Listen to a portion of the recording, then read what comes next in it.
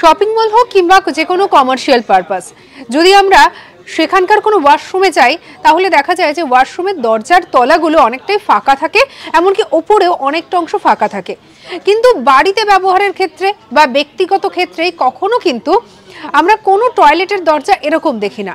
তাহলে কি এমন পার্থক্য রয়েছে? এই ধরনের পার্থক্যের পেছনে কারণটাই বা কি, সেটা আজকে আপনাদেরকে বলবো। আসলে আমরা বাড়িতে যে ধরনের ওয়াশরুমগুলো ব্যবহার করে থাকি সেক্ষেত্রে এরকম ধরনের দরজার প্রয়োজন পড়ে না, কিন্তু যখনই এটা কমার্শিয়াল পারপাস হয়ে যাচ্ছে তখন চলে আসে অনেকগুলো বিষয়।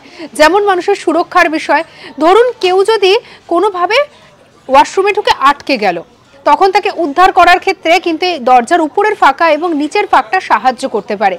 এক্ষেত্রে মনে করা হয় যে যদি কোনো বাচ্চা ভেতরে ঢুকে আটকে যায় তখন তাকে উদ্ধার করতে পারে এই ফাঁক থাকার বিষয়টা।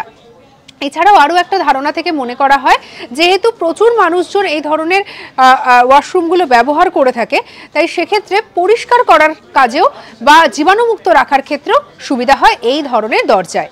সঙ্গে রাখুন আজ তাক বাংলাকে অন্যান্য খবরের জন্য সাবস্ক্রাইব করে নিন।